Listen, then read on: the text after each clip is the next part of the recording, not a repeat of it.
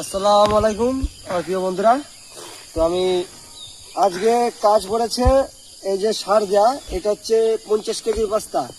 এই 50 কেজির বস্তা সার দিতে হবে 5 টাকা। কালকে সার দিয়েছি সকালবেলা 6টার সময় এসছি, ভোর 6টায় এসে বাড়ি গেছি, তখন সকাল 7টা বাজে। রুমে চলে গেছিলাম 7টা।